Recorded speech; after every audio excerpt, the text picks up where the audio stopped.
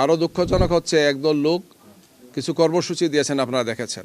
তা আমরা মনে করি যে এগুলোর সাথে তাদের সম্পৃক্ততা আছে নিশ্চয়ই। ঠাকুর ঘরে খেয়ে কলা খাই না, একটা বিখ্যাত উক্তি আছে, ডায়লগ আছে।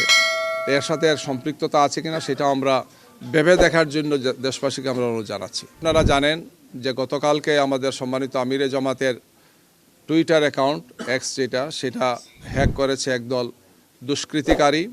আমরা তাৎক্ষণিকভাবে এটা যখন বুঝতে পেরেছি তখন প্রয়োজনীয় পদক্ষেপগুলো আমরা গ্রহণ করেছি এবং এই বিষয়ে আমাদের বক্তব্য আজকে আমরা সকালবেলা আমাদের অফিসে তাৎক্ষণিকভাবে সাংবাদিকদের সামনে সেটা বলেছি। রাত্রি আমরা জিডি করেছি থানায় এবং এখন আমাদের পক্ষ থেকে, আমাদের সাইবার টিমের পক্ষ থেকে আমরা সাইবার সিকিউরিটি আইনে মামলা করার জন্য আমরা প্রস্তুতি নিয়ে অলরেডি সে সমস্ত কাগজপত্র আমরা অনলাইনে জমা দিয়েছি, ফিজিক্যালি আমরা গিয়ে সেখানে জমা দেব। এই ধরনের কার্যক্রম খুবই ঘৃণিত এবং ধিক্কারজনক কার্যক্রম।